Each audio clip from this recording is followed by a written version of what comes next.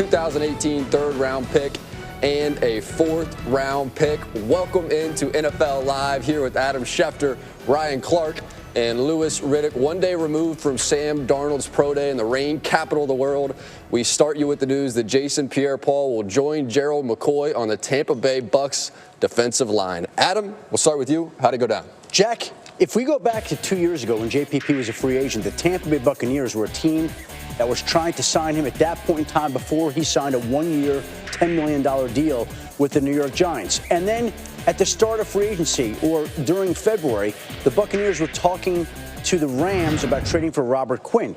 That deal didn't get done. So they sought out another pass-rushing alternative and turned to the Giants, who, in the words of one GM from another team today, said that they are in the rebuild mode here, trying to tear it down. Those are the words that were used, tear it down.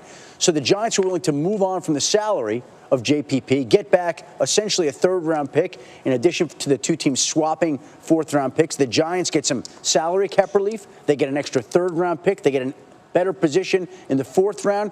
And in this particular case, also the Tampa Bay Buccaneers get the pass rusher that they sought. Yeah. Does this feel like now, with the Giants at the number 2 pick, that they are going to try to move backwards to get their hands on Chubb? They probably couldn't still get their hands on Chubb. So if they feel as though once they're on the clock or even beforehand that is the right move for them to make, then I'm sure they will. Look, I mean, you have to always look at philosophically who's building the football team, who's making the decisions. And Dave Gettleman covets offensive linemen and defensive linemen.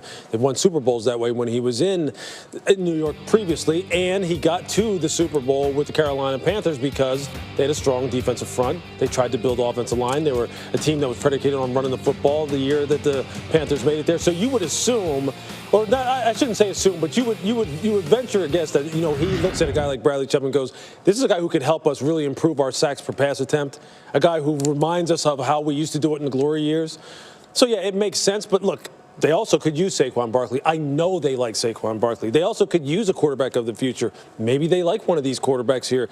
They're in a perfect position. But isn't that that's what's making it fun, right? Yeah, they're in a perfect position to pick, get a good player, move back, get a good player, get more picks. So if I'm Dave Gettleman, I'm happy right now, quite honestly. Yeah, absolutely. If they move back, where do they move to? Because you know Indy at 6 now is still going to be very interested in Chubb. Do they try to get to 5, or can they even pass on Saquon? Well, I think that's the biggest thing, that you have all of those options. You don't have to necessarily pass on anybody or move back. You can do whatever you want. You can also manipulate this pick in a way where people feel like they have to move up to get the player that they want. And there's so many good players in this draft, and they're unproven quarterbacks. And the New York Giants are in a position where they need a lot of things. And obviously, if Saquon Barkley is your guy and that's the person you want, you can't move back on him. Sure. But there are other positions where you can move back, get more draft picks, get more capital, and find ways to continue building your team. Because if you watch the New York Giants last year, it wasn't one position that kept this team from winning. It was a lot of holes to fill. Look, the Giants are in a spot here where there are so many holes that they can go any which way. And even though they created a hole at defensive end, they still have to go with the best player there. Sure. Look, they can get a player at number 2 that will be an impact player for them. Yeah, There's no absolutely. question. If they pick Chubb at 2, he's going to be an impact player. He's going to be an impact player regardless. If they pick Saquon, it's going to totally ignite the offense. So they can't lose if they stand pat. And you're right. How far back do they go?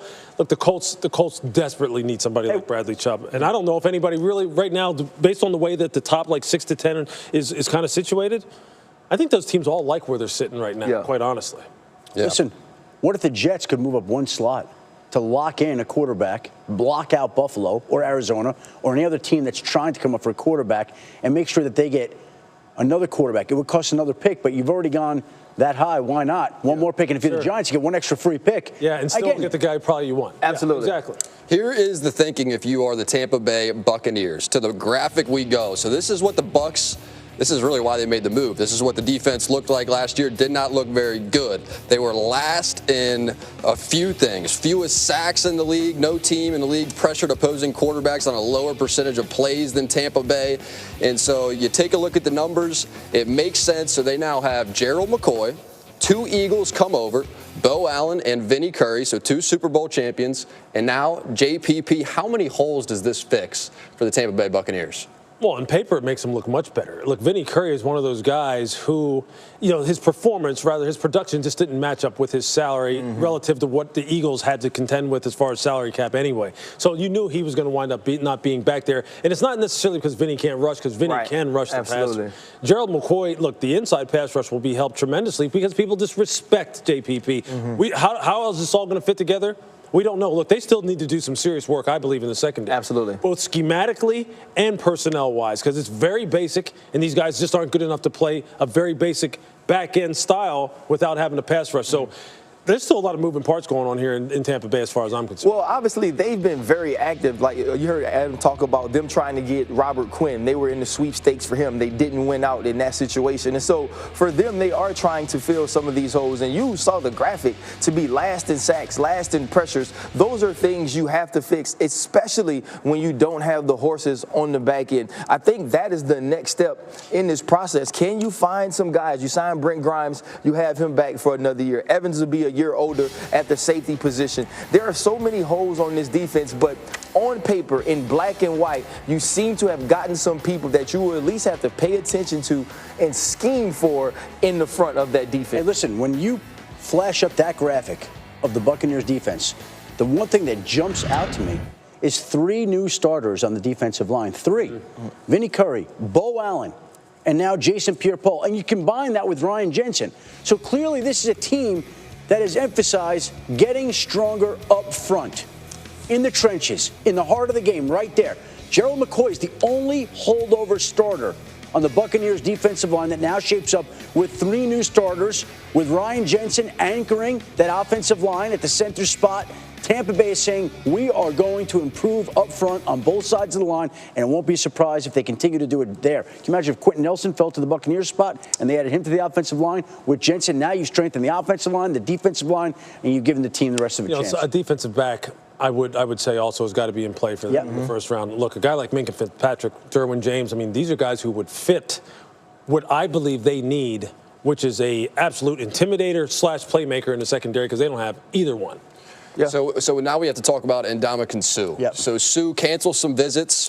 What is the latest with where he is now? Look, he's back in Portland, and I think he's trying to make a decision. I'm told that there's another team that would like him to try to take another visit. I don't know whether he's going to do that or not, but he has visited the Saints, he has visited the Titans, he has visited the Rams. And I think he's emphasized to these teams that he wants to win, and he doesn't want to get double-teamed anymore. Well, if you're in New Orleans, you got Cameron Jordan.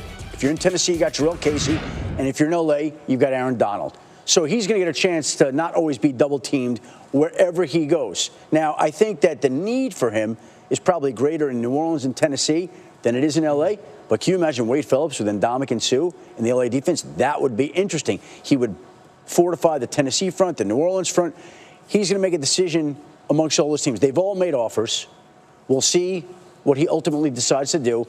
And now it becomes a question of how much do you value money as opposed to location and coaches and fit. And that's why he went on a free agent tour, because the last time he was a free agent, he signed with Miami out of the gate, didn't get to go visit any teams.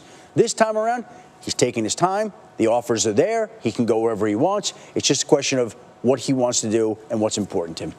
Sam Darnold threw in the rain yesterday. He threw also when it was not raining yesterday, and both looked pretty good. Sam Darnold now starting to seem like he may be that #1 overall pick. And also the NFL catch rule.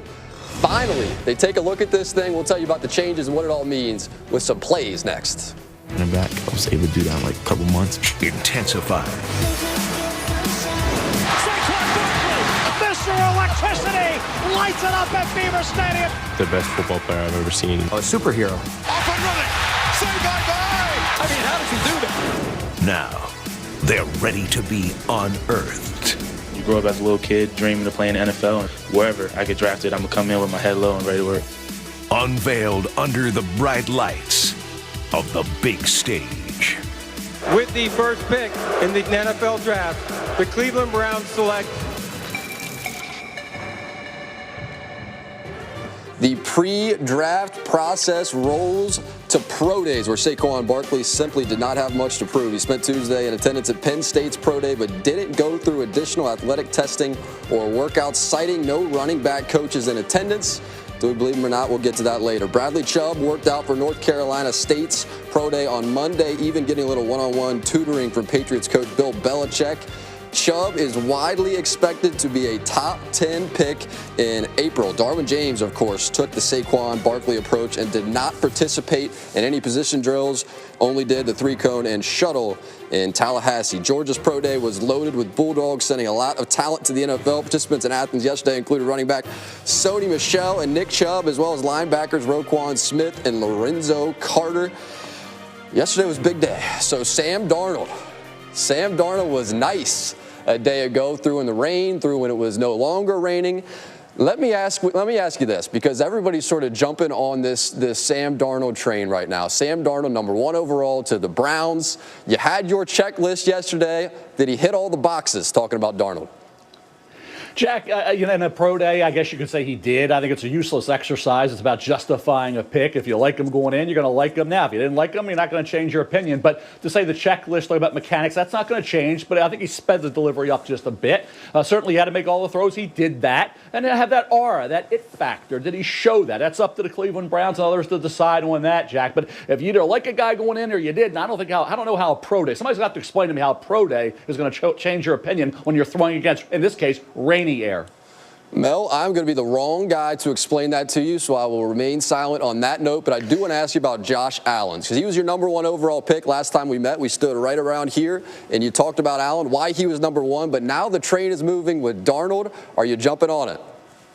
Well, I was on that Allen train when everybody had him in the mid-first round or down to Arizona, and Allen is the 4th quarterback off the board. Now they're kind of changing that, getting him up to that 2nd quarterback off the board. And Darnold was the safe one. I mean, he was the one back in September. Jack could have said there's no question he's going to be the number 1 pick after the way he played against Stanford and Texas. But then the Washington State game, then the Notre Dame game, then culminating with that horrible performance against Ohio State in their bowl game. So he didn't do anything until the pro day since that bad performance. So, yeah, Darnold, to me, yeah, he's in the mix. Has that decision been made, Jack? No, it has not been made in March. And for anybody to think these teams know, or what everybody else is saying about who's going to go number 1 or who the quarterbacks are going to be and what order they're going to come off the board, forget about it. Teams play poker now. They're going to tell you what you want to hear. And if you're going to listen, if they got a captive audience, then they can maybe keep playing poker all the way up to late April.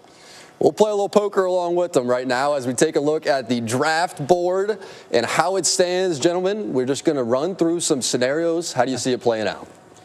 Well, I mean, obviously, look, the Cleveland Browns, they're going to take a quarterback. We know that they're going to artificially inflate someone up there in order to take the guy that they want because of the bad decisions that people have made in the past, previous regimes that they've had nothing to do with. So let's just throw Sam Darnold in there. I'm not going to say that he's necessarily the guy that they're targeting. There's a lot of, speculation and arrows pointing towards him. This is the more intriguing pick now. Absolutely. It just continues to get more and more Draft intriguing. starts right there. Exactly, because now it's about a number of different players that could go in there.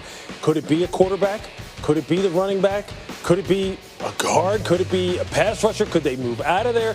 Look, I'm going to continue, based on what I know, to continue to just say that Saquon Barkley needs to come off the board sooner rather than later. At number 3, that gets confusing now. So who's the second best quarterback? If they didn't know if this guy was the best, I don't think he's the best quarterback. Right. So I'm going to say the guy who's the second best quarterback. Let's just plug this guy in here, okay?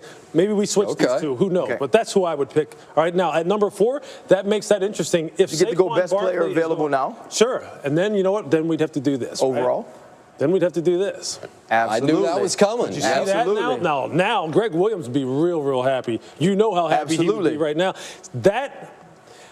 I kind of like that scenario right Does here. all of a sudden, though, Indianapolis go, what the heck did we just do? Well, sure. If that's the way it plays out. You're right. I mean, it does. And now that makes it even more intriguing here at number 5. Do they actually have their franchise quarterback, Adam? Well, they do not, because they gave him, we don't know money. Here? Could they take a guy like this here?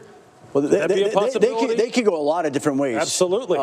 Again, I think what I want to do is I want to go up here and say the Jets would take Baker Mayfield ahead of Josh Allen and Josh Rosen. That's the question. I think you know what? I think there's a bunch of teams that would take Baker Mayfield again ahead of him too, ahead of all these guys. I'm just telling you. Okay. So it's going to be interesting. It's going to be interesting. I can't say that right now for sure that every single team has Josh Allen number 1, Josh Rosen number 2. Okay, what happens if New York's in love with Josh Allen and they take it? right? And so then you got 3 quarterbacks. No, I'm talking about the Giants, right? Well, so then you have 3 quarterbacks that go early. I could totally see. Now, here, this is where I see the draft going, okay? Because we know they're taking a quarterback. So let's just put in Josh Allen, right, or Josh Rosen, all right. right there, okay?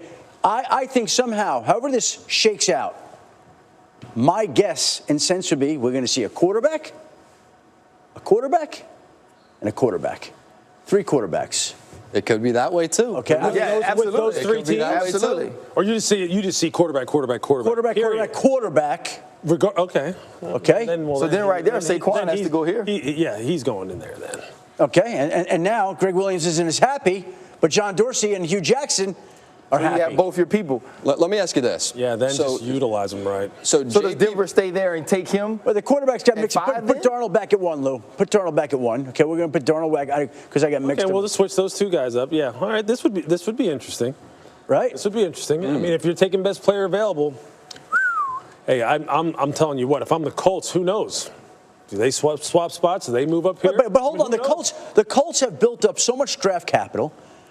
Is it so important for them to get Bradley Chubb over Somebody to Nelson? protect. I mean, protect Andrew Luck. You need that. Come on. Or Minka Fitzpatrick right there. They have a need. They have no cornerbacks in their roster. Yeah, right I mean, he's going to play safety. But yeah, I got your point. Look, there's so many different ways this thing can go. Quite honestly, if I wasn't one of those teams in need of a quarterback right now, I would be absolutely just happier than you know what. Every one of them. Because I'm sitting there going, there's so many good players right in here that I can wind up finding, that I can wind up picking. Benefactor. That are going to play benefactor. Everybody. No question. Because there'll be 3 quarterbacks. I don't think they have their quarterback. To me, the Denver Broncos don't have a quarterback of the future. Ryan, we're not going through that again. They just paid We went through it yesterday, Lou, and I told you yesterday that's why they didn't give him real money. Okay. That's not even real quarterback money. That's cool. Well, let's just say this for this year.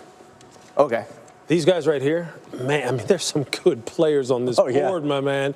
There are some good players. And so I'm hoping, hey, if I'm sitting here like Tampa Bay, Chicago, and San Francisco, you're salivating. But Indy moved back thinking that they could still get Chubb at 6. Do they now go, we got to go back up with JPP out of New York? I'm saying Indy moved back to 6. They thought they could still get Chubb here, right? Yeah. Will they try to now go back up? Everything matters. There's a change with JPP going. What happens at the 2 spot is what's big. I think they'll still sit here because of the logic that Adam laid out. Look, we'd love to get Brad Chubb. Of course we would. But there are a lot of good players. There's a bunch of other players on here that we can use too. Look, that roster is depleted. All we're trying to say is nobody knows. Is just getting just started. Tune into the draft on ESPN. Quarterbacks are getting paid, man. Quarterbacks. Garoppolo got the gold. And the men up next, Matt Ryan, one of Aaron Rodgers, may be due for a payday too. We'll get to that next. Getting started, our top story of the day, Adam Schefter. The New York Giants are trading defensive end Jason Pierre-Paul and a 2018 4th-round pick to the Buccaneers for a 2018 3rd-round pick and 4th-round pick. Adam, let me start with you here. Does this give you the sense now that the Giants will be on the move with the number 2 pick? No, I don't think that this trade has any bearing. I think this is more of a reflection of the Giants making a lot of different moves with a new general manager and Dave Gettleman, and them recognizing that they have a little bit of a ways to go here. Now, they shed JPP's salary here. It creates salary cap flexibility. It does create another need at the defensive end position if they want to go and look at Bradley Chubb in round 1. But the fact of the matter is the Giants here are shedding that payroll. They're getting back an added 3rd-round pick. They're improving their pick in the 4th round here. And obviously the Giants now will look to start building parts with some younger players. JPP's 29. Tampa Bay had been desperately seeking a pass rusher. And you look at the Buccaneers defense, the starting defensive front. 3 new starters, 2 from Philadelphia, 1 from the Giants, 3 from the NFC East. So the NFC East has become the home of the Tampa Bay Buccaneers defensive line, while they've also added Ryan Jensen on the offensive line. No secret what Tampa's trying to do, and I think no secret what the Giants are trying to do. Getting cheaper, saving some money, adding picks, getting younger. starting to remake that roster. You know, in a year for me where free agency wasn't as fun or wasn't as long, we didn't have things happening on as many days, there's been so many moves and trades and veterans going to different teams. And I think that's what's made this thing interesting. People have been going with some of these known and proven commodities, but when you look at this team, the proven commodities are the linebackers. Mm-hmm. And Lewis spoke about it earlier on SportsCenter. Those are the guys you have to protect. Those are the guys that run sideline to sideline and make plays for the Tampa Bay Buccaneers. And so they went and got pass rush, and I think now we were kind of talking about some of those draft spots and where they sit. That is the Minkah Fitzpatrick area. That is the Denzel Ward area, the Derwin James area, and that's what you have to do. And if you're the Giants, you've made this the most interesting pick you've had in years. The thing is to use it in the correct way to better your team. You know, I mean, speaking about the Giants again, one point we haven't really mentioned here is the fact that, look, when you have a new coaching staff coming in, they look at players much differently. There's always some kind of scheme change. There's always some kind of, manipulation from a schematic standpoint. And then how do you have the player? Do you have the right players to fit into this? Think about James Betcher, who comes here now to the Giants. He runs really a modified 3-4. Okay, with 3 big down linemen, 3 bigger down linemen, and then 4 linebackers. When you think about JPP, he doesn't really fit in that scheme. He's not going to be a guy who's going to play a 5 technique, line up outside the tackle, or a 4 technique, head up on the tackle, and bang that way. That's not his deal. And he's not a stand-up 2-point guy who can rush like a Chandler Jones type. That's not really his thing. JPP is best with his hand on the ground, coming off the ball that way. What makes this interesting from a drafting standpoint is if you watch tape on Bradley Chubb, guess what he does? He plays in a 2-point stance. He can play in a 3-4. He can be a big stand-up outside pass rusher who could really be one of those hybrid players that can move all over the place, like Chandler Jones does. So that's what makes it even more interesting that they go ahead and they go, look, maybe this guy really doesn't fit us. He may have some good value in a 4-3 scheme as a base defensive end for someone else. Right. But for us, we need kind of a little bit more of hybrid-type players on the outside. Calling Bradley Chubb. Let's just see. Let's just see. It just makes sense. And Myles Garrett, sense. And you are going where? Well, yeah. Well. I think that I don't those two? Yes. Look, you know what? My Twitter's already blowing up with people. Yes. Because I was wondering, I was like, man, what is this? Twitter's already. I realized you tweeted it. That's because Twitter's always about athletes and always about, well, what was his vertical? What does he look like with his shirt off? I'll tell you this right now, though. Bradley Chubb, play for play, pound for pound, how they play the game, I'm taking Bradley Chubb all day long. All day long over Myles Garrett. Sorry. Bang. There you go. Well, we're done. Let's stay. Well, hold on. Go ahead. Before we move on, you brought up the amount of trades that have occurred this offseason during this free agent period. Just want to kind of review this for one moment. Alex Smith, Marcus Peters, Robert Quinn, Michael Bennett, Tyrod Taylor, Jarvis Landry, Demarius Randall, Cordarrelle Patterson, Danny Shelton, JPP. Yeah. And that doesn't include the Cordy Glenn and the trade between the Jets and the Colts. That is a ton. Absolutely. A ton of players who have been traded in the last couple of weeks, officially starting when the league year began last Wednesday. Amazing. Sure. Let's talk Atlanta Falcons for just a second here as we go. We'll go NFC South. They really want to lock in Matt Ryan, of course. So Ryan enters the final year of a 5-year, $103 million extension that he had. So this will take him through 2018, but they're trying to get that next deal done. Here is GM Dimitroff on what's next. I've never been concerned about that. I mean, I know that we have good conversations and have continued to have good conversations, and I'm not concerned about it. I don't know. There's no time frame on it right now. I think the biggest thing for them at one time was probably waiting to see what was going on in the market. That's kind of come and gone right now, right? So we'll continue to talk about how to get it finalized. You take a look at where the money is stacking up for the quarterback. So it makes a little bit of sense. If you're Matt Ryan, you want to sit, you want to hang out, you want to wait. It seems like we keep replacing the highest paid guy with the next highest paid guy. It's just a matter of how long you can play that waiting game. We'll come to Adam Schefter with this one. Adam, where are the Atlanta Falcons on the Matt Ryan deal? Well, they're not close right now. And the Kirk Cousins contract, I think, throws a little bit of a monkey wrench into it, because when Kirk Cousins gets 3 years and $84 million guaranteed, then Matt Ryan is surely going to say to the Atlanta Falcons, who he's taken to a Super Bowl, who he almost won a Super Bowl with. Well, if Kirk Cousins, who hasn't won a playoff game, has gotten $84 million guaranteed, I want 84 guaranteed. I want 100 north of guaranteed. 84 guaranteed. Well, north. And so the Kirk Cousins contract impacts Matt Ryan. And by the way, again, not to boost the value of a player or anything, but what is the value of the Falcons? How has that gone up since Matt Ryan has been quarterback? Now, the value of franchises across the league has gone up. We're about to see the Carolina Panthers go for the nice tidy sum of in the range of $2.5 billion, which you talked about in December here. So that's real money. These quarterbacks are the key players. They're the face of the franchise.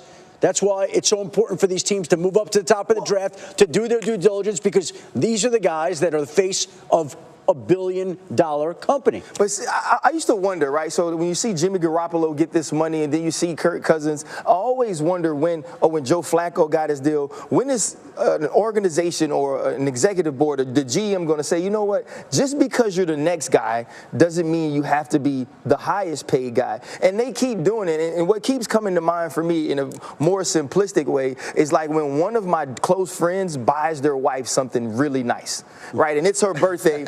And they come to my house and she's bragging to her wife, because I know my wife's birthday is coming up, and I know she's going to be looking like, hey, you know, Tory for his wife's last birthday, and so that's what Matt Ryan was sitting at home doing, like, hey, you see what they doing over there in that marriage in Minnesota, right? You got to take care of me more. I've been here longer. I've done more things. And so he is right to ask for north of $84 million guaranteed, and he should get it. Yeah. Let me ask you about, I want to get you this, Louis. The guy's taking the guys buying their wives modest gifts, if you will. So you have a Tom Brady, a Drew Brees that take pay cuts to try to go get championships. Now, nobody needs a championship more than Matt Ryan. He needs a championship where he needs another $10 million. Pressure to get that kind of deal, Louis? Yeah, that's an interesting question. And I've talked to some people about that. I've talked to contract negotiators about that. Like, do you see every subsequent quarterback who comes along now, who is a big-name player, just absolutely trying to hold their team hostage? And they don't believe it is that way necessarily. They believe that some of these guys will think and look at it differently, depending upon where they're at in their career, right? Look, this is Kirk Cousins' real first chance to break the bank with a big contract. Right. Tom Brady really, I'm not speaking for Tom Brady, but you would assume that he and Drew Brees right now are not looking at their situations where they have to break the bank. Obviously, they're not going to accept less than what Kirk Cousins got, ideally, but they're not also going to try and hold their team hostage. Right. Now, they're going to try and get compensated fairly. No one is going to sit there and go, hey, you know what? No, these guys are prideful people. They're going to want to be paid market value, but I think structure will be very important for most of these guys, because winning ultimately still is what drives these top echelon players. It just does. Money's important, but so my sense is that people aren't going to try and absolutely just blow the salary cap up, meaning these top quarterbacks. But hey, I'm not going to speak for any of these guys. The other side, too, though, when your agent calls you, right? Because the agent's always thinking about the next guy, too, the next guy he's going to have up, and all these guys have quarterbacks. You know, he's going to hit you up like, hey, Matt, you got to get this money. You got to get some of it. So it's incumbent on these guys who understand they need to win to think team first as well. But, Lou, you know, you're an independent contractor. Sure. Right? You got to make sure you're made whole, and these guys will do there's no doubt. And I'll tell you what, the relationship between player, agent, front office is going to be key, too. So that's why, to me, the most interesting one, even more so than Matt Ryan's deal, the most interesting one is Green Bay. Oh, yeah. And Aaron Rodgers. Oh, yeah. For sure. Because there's some tension going on. There's no price there. There's some tension going on. $200 million. That's a situation where, I've won a Super Bowl. I've made a lot of money. But I'm a little bit perturbed about some things you've been doing with my roster. Rodgers or Ryan, Adam, which deal gets done first, in your opinion? Well, I think right now the Aaron Rodgers one, to Lou's point, is a more difficult deal to get done. He was not particularly enthralled with the way they handled his quarterback coach, Alex Van Pelt, and made it known. When do you ever hear a quarterback speak out in the way that he did about a coaching change that team had engaged in during the offseason? And then they go and cut their wide receiver, his favorite wide receiver, who they didn't even offer a pay cut to. They didn't even offer him the chance to keep him around Green Bay. They basically said, we're releasing you. And he goes and signs with Oakland. So now you've lost your most trusted wide receiver. You've lost your quarterback's coach. I'm just saying, I'm not doing my team any favors when they act that way with me, the way that he has made it sound like he feels. It's new leadership there, though. There's new guys making decisions in that building. So some of those relationships aren't built yet. They don't have that Aaron walks into the office and we get to talk about these decision type things going on. And so, if you're Aaron, you got to get your dough. And that's a great point. But I'll tell you what, they better start making sure they have those relationships. Because in my time in the front office, whether it was in Washington when Joe Gibbs was there or at Philly with Andy, certain players were treated differently when you were making tough decisions. Now, certain players were like, hey, Andy be like, I got this one. I'm going to talk to this guy. He's going to come into my office.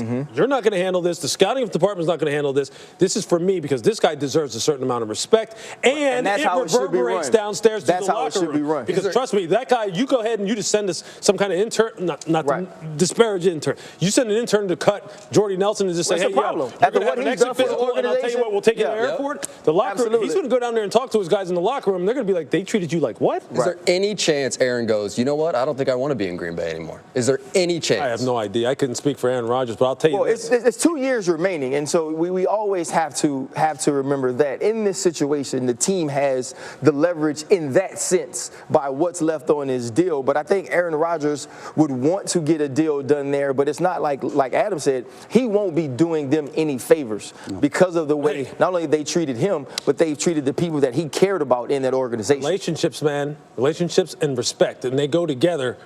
They go together, and you're seeing it's taking teams to higher heights now when players have that with coaching staffs, and it will sink your organization quick if you don't respect those kinds of relationships. It was an Andy Reid mantra during my whole time in Philadelphia. And so Louis Riddick mantra here at ESPN. NFL Live. So here are the 3 components to the proposed catch rule from Al Riveron. We'll look at them. Control 2 feet down or another body part. A football move such as a third step, reaching or extending for the line to gain, or the ability to perform such an act, whatever the heck that means. That's the only problem I have with it. I just don't. I would have to get some further explanation of the ability to perform such an act. Is it, getting 2 feet down in bounds? Is it protecting yourself from a hit? That would be the only part. It sounds very subjective. Like, right, we think absolutely. you have the ability to perform such an act. Right. So therefore, it's like, well, how? Yeah, so that part I don't really understand. It happens. He's an important guy. NFL Live. He's an important guy. That's why it's live, guys. Sometimes you miss Adam because he's getting very important calls. And other times, he's texting, tweeting, or reading through his Instagram messages. We're never quite sure. Let me ask you this. Does there need to be some subjectivity to the rule? Let's go. These are the notable plays. Sure. I mean, there's always going to be some of that. It's never going to just be black and white. But this right here, look, I caught the ball and I'm reaching. Like, we can see those things. And, what I do like is they don't have the ground involved in case of the ball maneuvering or moving around in the hand, once you reach like that, which I think was important. Yeah, I mean, there's one. I mean, look, the Jesse James seems to fall under the category of extending for the line to gain. Look, possession, extend, right? He had the ability to make a football move. He didn't make a football move with his feet, but he made a football move with his body and trying to extend. Exactly. Absolutely. And catch. Now this one here, Cardinals, it gets complicated. Right. What do you guys say here? Here he has the ball and he's running. Yeah. Now, to me, you would get into can the ground cause a fumble type of situation because he's not touched, he's not tagged by anyone, but he clearly has the ball. This is a catch. He's running, he's moving, reaches the ball out as he's falling, and then it comes out. Fumble. Now, I believe it's a fumble if he's not touched, because he's not touched down, but this is clearly possession, the 2 to 3 steps we're asking for, and a reach, even though it's not necessarily a line to gain. Lewis, that exact same play happens crossing the goal line. Touchdown? Yes. Yeah, I think once you break the plane, and you're saying the ball has broken the plane. Right, he's taking that right across the goal line right there. Well, I think that's a touchdown. I think that's touchdown. Once it breaks the plane, it's over. What's the difference between this play and the Ertz play in the Super Bowl? To win the game on the slant route. Hey, wait till you guys see this one. Wait till you guys see this one. So this is Golden Tate. Catches it, kind of. This is an interception. This is an interception. I agree. You guys tell me. This is an interception. I agree. He didn't fully control it, right? Well, that's because, look, the whole play is happening in the end zone, right? So the whole completing of the catch is in the end. He didn't. Right. It didn't happen outside of the end zone. So yeah, he has to complete the catch first. That is an interception. I'm with you. That's an interception. But by the way, we don't get everything that they're asking for in this play. I know the rules are written a certain way. Like, he's taking 2 steps and the ball's coming out. Right. And you can just look at certain plays and say, this does not look like a touchdown. And I think that's what these new rules give us the ability to do, though. Further, because when you look at Calvin Johnson's catch, like, come on, guys. He was getting off the ground with the ball in one hand. But because of the way the rules were written, the referee had to go that way with the calls. It gives them a little more flexibility to say, okay, I'm looking at this. It looks like a catch to me. And per the rule, I can make a I can make a case that it is exactly. when it didn't have that opportunity. Right. Sure. When it didn't have that opportunity before. Speaking of the way the rule is written, Ryan Clark, we had you write your own catch rule, and here's how it reads. Take us through. Let's check it out, guys. So we got the control. First, right? there's control. Right, we got the control. You got to have the control. I mean, I could be in the room with the competition committee and figure that out. 2 steps. I mean, we've talked about that. And so the move, I have a move such as a dive and reach. I feel like you can change direction as well. It doesn't necessarily have to be I get the ball and I take 2 steps up the field. If I catch it and I have control and I can go here, even though that's only 1 step, to me, that is the catch. And I feel like, at least to me, if you catch a ball here and a guy's coming to hit you and you can lower your shoulder to protect yourself, I feel like that is enough for possession and therefore a fumble if you let it go. Now, I did involve the ground in this sense, and I was talking to Lou about it a little earlier.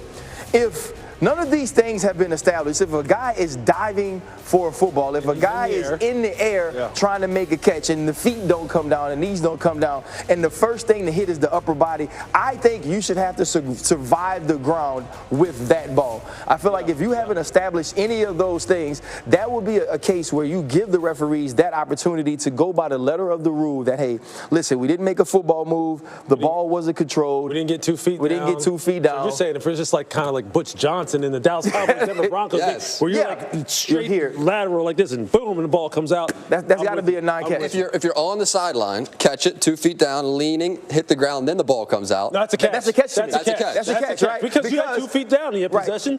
Absolutely. And if you got 2 feet down, I think should absolutely be a catch. That's a catch. Yes. Yeah. How about this? We're talking about if you're like how about this? It's worth the question. Adam Schefter, it's 3rd and 10. He's the tight end, turns around. I come in, catches it 2 feet down, and I whack him right in the back. Ball pops out. He had 2 feet down. Catch or no catch. Simultaneous catch, immediately hit. That's a no catch because now you don't go. Because to me, when you talk about the rule about the ability to make so.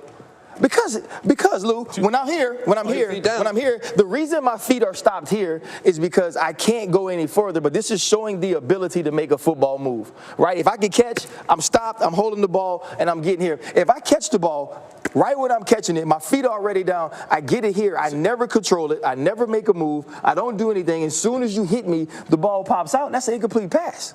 Wait a minute. Go ahead, if you catch the ball, 2 feet down, and 2 feet are down, and I'm pulling it in like this. I'm controlling it. So you're trying to pull it in. No, I am pulling it in. Yep. I'm controlling it, and you hit me. Exactly. Right. So it's simultaneous. Ball comes out, and he hits the way that Ryan Clark hits. By the way. Why isn't that a catch? Well, he's probably fine. Why isn't that a catch and fumble? Because he never did anything with the ball, Lou. But he didn't have the ability. He never had the ability to make. Can we go back to the old ones, guys? I don't know where the lab is or the lair that I think it's below. So he doesn't have the guys down here. So he doesn't have the ability to make a move. Yeah, he didn't have the ability to make a move there. Right. That's what the rule says. Okay, if as soon as I get it here, I'm trying to seat it. Lou hits me in the back. I never had the ability to make a move. That's where it makes sense. That's where that line makes sense. Okay, all right. Hey, man, this is why you hosting the show. Let's go. That's why you hosting the show. You want me to really spice it up? Same exact play in the end zone. Now it's a touchdown. Now it's not a catch and a fumble. Catches it 2 feet down in the end zone. Does he still have to make a football move? No. It's a touchdown. Now, see, I think it's a touchdown because it happened across the goal line. I believe the goal line has to be part of the rule, though. That's where I messed up because the goal line changes things for me. Look, man. Gets messy. And tomorrow, we're going to have Schefter write his own version of the same rule book. We'll see it for that. Tom Brady, Peyton Manning. This is one of the craziest lists you've ever seen. We'll do it next. Arrest. So we now say. What does any of that mean? I have no idea. But it's provocative. And it gets the people going. Hey, who's the more dominant football player, Tom Brady or Peyton Manning last 20 years? Tom Brady. 100%. Right? Tom. And here's my only issue. Here's the issue I have, I'll admit.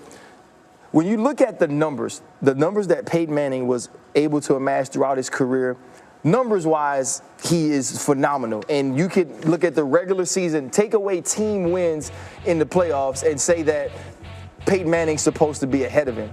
But that many spots ahead of him on this particular list is kind of what confuses me about the two. Yeah, look, it's not really.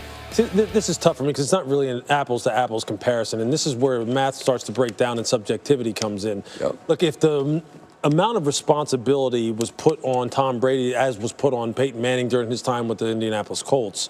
And the amount of freedom was given to Tom Brady to direct an offense the same way the amount of freedom that was given to Peyton Manning, I would venture to say that their statistics would be much, much closer. Yeah. It's a much, much different scenario for Tom as far as the offense that he played in and the style that they play up in New England and what they ask him to do. Players you play with as well. Yeah, relative to what they ask Manning to. Look, if you gave Tom Brady Reggie Wayne, Marvin Harrison, Edgerrin James, and Dallas Clark for the better part of his career, and you were pretty much one of those teams who said, look, when you get up to the line of scrimmage, do your thing. You just decide whether we're running it based on look or throwing it based on look, and go for it. I'm sure his stats would be much higher. It's a whole different comparison. It is tough for him, that's why Peyton Manning never had Bill Belichick either. That's true too. I think that's why that's probably why you take the championships and the things are out of this, right? So they're not weighing championships and these other things that you get through the team accomplishment of having a guy like Bill Belichick. But for me, I guess when we look at it, it's hard for us to forget those things. It's like when you watch one of those shows about court or one of those lawyer shows and they say the jury will disregard the plaintiff. You know what I mean? Because once you see it or you hear it, you can't unsee it, unhear it. And we've watched Tom Brady be so dominant in so many different seasons and Super Bowls that it's hard to say that Peyton Manning should be that far ahead of him when we talk about dominance. And look, Bill Belichick, look, he's the head coach. He's not. I mean, he's coaching the entire football team, and Tom Brady has gone through multiple changes in terms of not only players but also coaches as well. And I don't think anybody who, when you're sitting here talking about the coaches that Peyton Manning has played for, is considering Tony Dungy to be someone who is far, far less superior to Bill Belichick, as it makes it seem like based on these rankings. Look, Bill gives everybody an advantage when you played for the New England Patriots, but I don't think you can hold that against Tom, although we like to, when we're trying to make these kind of comparisons, we say, well, he has Bill Belichick, so you know what? That means that, he has an unfair advantage. No, it's not like that. Again, I don't understand exactly how Peyton Manning gets ranked 17 spots ahead of Tom Brady. In this particular case, from a marketing standpoint, he has made more of an impact than Tom Brady, but Tom Brady just kind of the championships. You're talking about two of the greatest players. Absolutely. Not quarterbacks, players in NFL history. They're both tremendous. But Brady might be the single best quarterback, single best player that has played in the NFL. Peyton Manning's not far behind. But I don't understand how.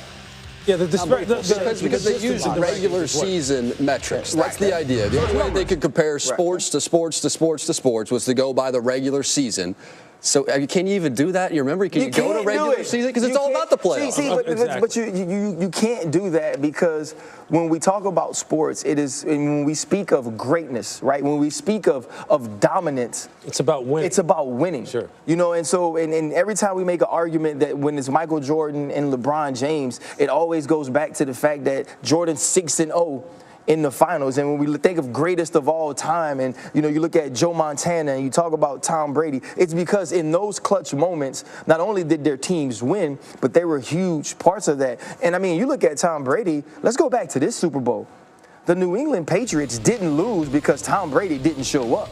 Tom Brady threw for 500 yards in the Super Bowl. I mean, this guy is as dominant as any player who has ever played this game. We judge great athletes by how they perform in the greatest of moments, where the stakes are the greatest. And yet, when we're trying to make these kind of comparisons, whether it's within a sport or across sports, we say, well, we got to throw out playoff type of atmosphere or playoff statistics because it's easier just to compare regular season, but we devalue it all the time, the regular season. Absolutely. When we're actually sitting here talking about those specific sports. So it's kind of like, it's a little ironic that you do it that way, and it's great conversation, but I think if you really just were to poll anyone and to say, hey, look, over the course of time, and this is no disrespect to Peyton Manning, who is the greater player, who is the greater quarterback here, all things considered, the ranking would be much different. And Serena Williams is like 13, bro. And what do you think of that? That is a travesty mockery. It's a travesty. Where should Serena be? How's go ahead. How's Cristiano Ronaldo below Lionel Messi? How is that? That is a fine question. He's been mad since the meeting about Ronaldo's. How is C7 that low on that list? There's LeBron. He's second. One or two. Tiger's one. You can't complain where LeBron. LeBron's where he's supposed to be. Yeah. They got that right. And Tiger was so dominant that they got that right. But after that. Have y'all seen the Ronaldo crossover? Have you seen it at full speed?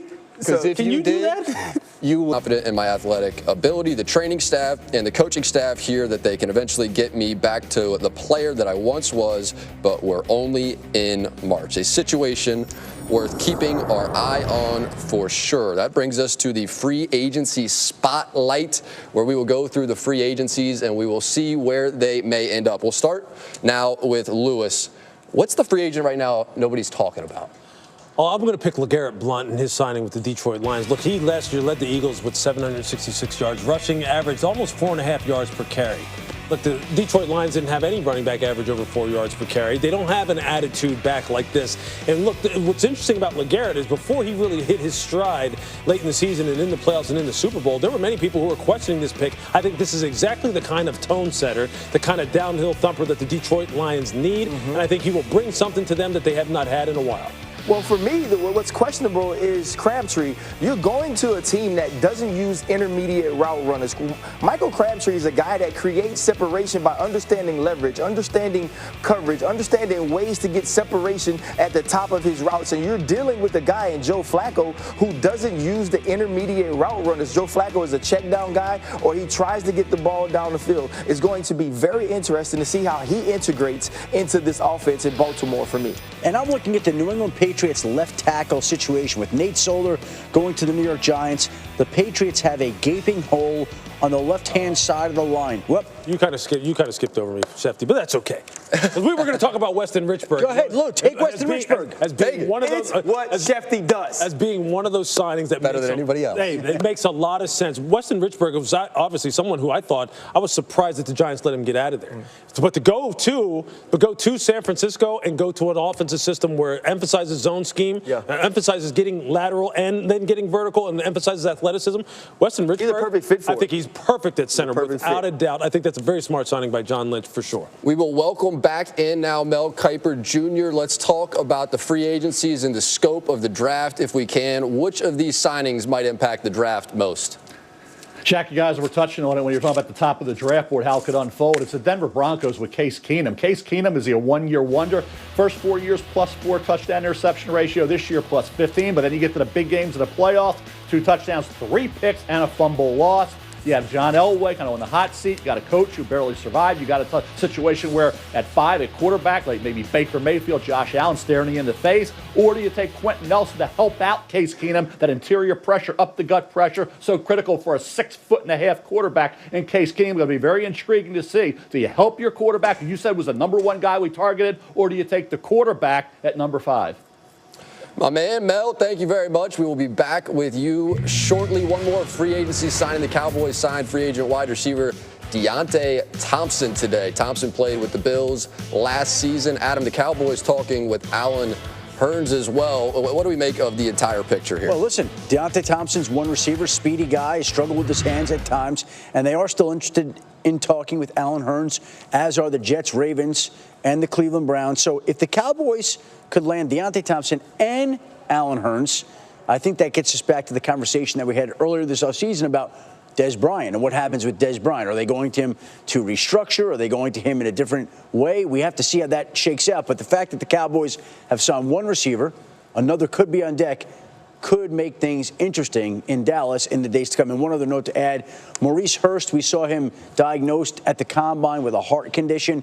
He has spent his days since then meeting with cardiologists at the University of Michigan and at Harvard, and those cardiologists now have cleared him to resume playing football, and he will take part in Michigan's Pro Day tomorrow. That sounds a lot like great news. We'll be back. We're going to regrades from Mel Kiper Jr. We will welcome in Mel himself in just a second. So we got after this 2017 draft a year ago. It happened. The season went down. The Patriots took 4. Rivers, Garcia, Wise Jr., and McDermott were their picks. The regrade looks pretty good if you are a New England Patriots fan, and a Super Bowl was the result. We welcome back Mel Kiper Jr. right now. Mel, how did they get moving that quickly to A to a C+? Move the opposite way for New England. You know, what happened, Jack, was this. You factor in the trades. How do you utilize the draft process? And they went out and made trades for Brandon Cooks, Dwayne Allen, tight end, Gillislee, the running back, Coney Illy, defensive end, pass rusher. Well, they didn't get much out of those guys. Outside of Brandon Cooks, very limited production. And Garcia, their first pick overall in the 4th round, injured. But I think he'll be a factor. Certainly Garcia needs to be a factor as well. And Wise was at times a factor. So when you really put it all together, had they gotten more from those trades, those veterans, Jack, that grade would have maintained. But since they didn't, outside of Brandon Cooks, get that kind of production, I moved that grade down just a bit.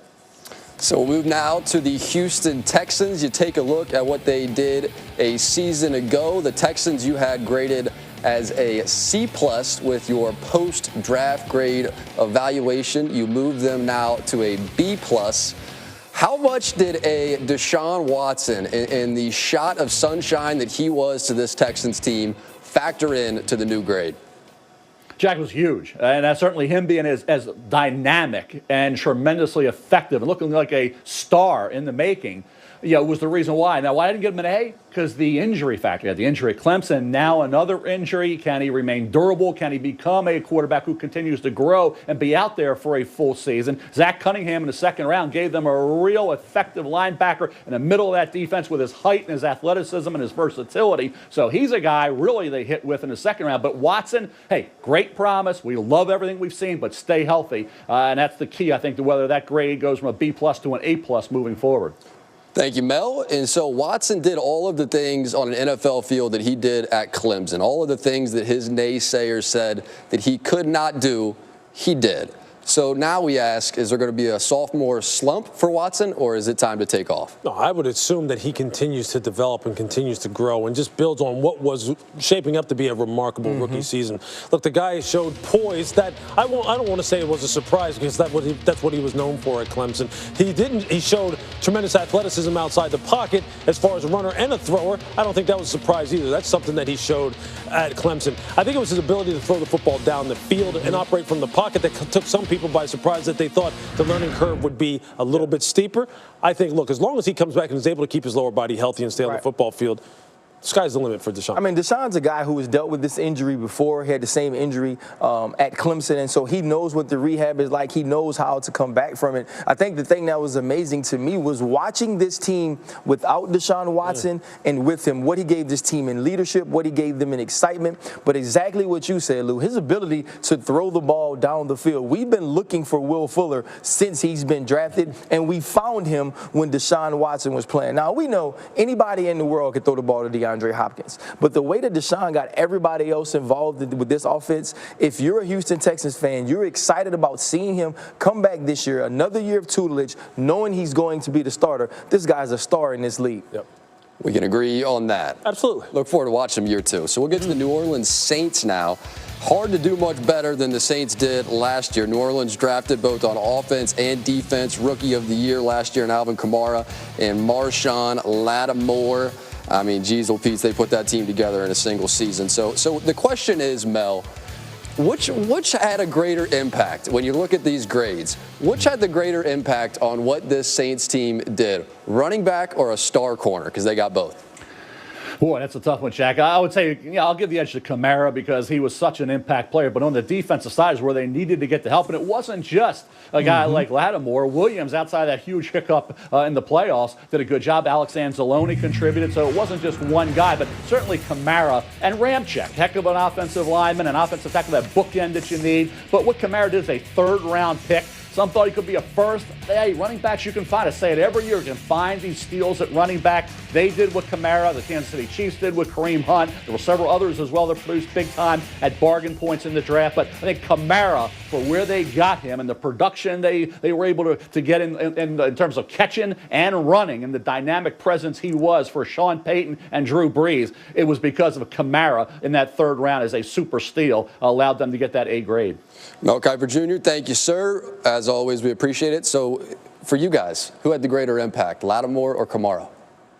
You would go with Kamara because it's easier to tangibly look at the statistics and say this is what his impact was. Look, there's a lot of off-ball production for corners that never show up on a stat sheet, but he's shutting down his guy, but you just can't really measure it. And I'll take that a step further. The offensive line of the New Orleans Saints this year was one of the best in the NFL. Yeah. There's a reason why Ingram and Kamara were running crazy over people, and Ryan Ramczyk was one of the reasons why. These people were blowing people off the ball. So you really have no stats for an offensive lineman, but they hit on those guys, they hit on their top 4 players unbelievably. This is what I'll say about Alvin Kamara.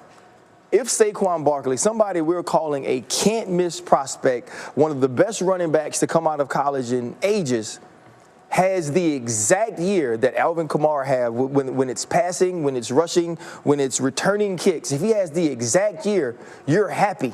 You're excited. You think Saquon Barkley is a hit, and he's possibly going to be the first pick of this draft. That's the type of impact that Alvin Kamara had on the New Orleans Saints last year. And if they had known what they were going to get, they would have picked him much Absolutely. sooner, is a fact. Johnny Manziel, the comeback season is in the works. Will Manziel get back to a football field? I don't know, but he was throwing today. Cinderellas and Blue Bloods. Who are the best bets tonight? Sweet 16 predictions with the College Game Day crew. Plus, Alex Rodriguez joins us as we count down to opening day. How about this? Giants wide receiver Odell Beckham Jr., you know where it was posted, to his Instagram account. Be patient, I'm coming, he says.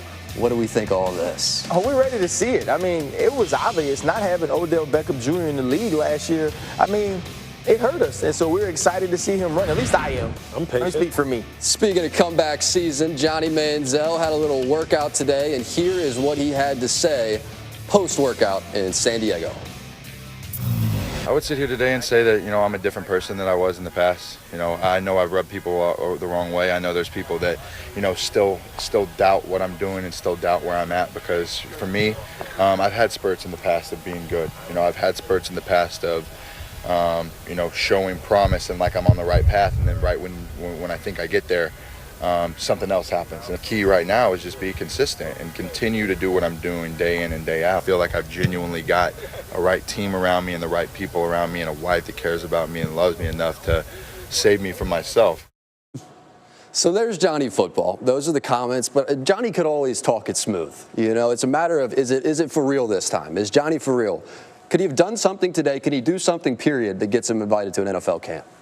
As far as a workout is concerned, look, I mean, no, his football ability. Look, some people liked it, some people didn't, some people loved it. That isn't. Look, when you go to a workout like this, it's designed to make you look great. All the things that you have questions about Johnny, you cannot find out in a workout. You can't find out in a 10-second soundbite to a camera where he's actually trying to play up to everyone's emotions and say, "Hey, look, I'm a different person." Right. You're going to be taking a risk. It's that simple. It's whether or not it's worth it to you. Is it? Right. I think it depends on who you are, what type of person you are. If you're somebody that believes in second chances and wants to do it for different reasons, then I think it's worth it if you don't necessarily need Johnny Manziel. But if you need a player, that's a risk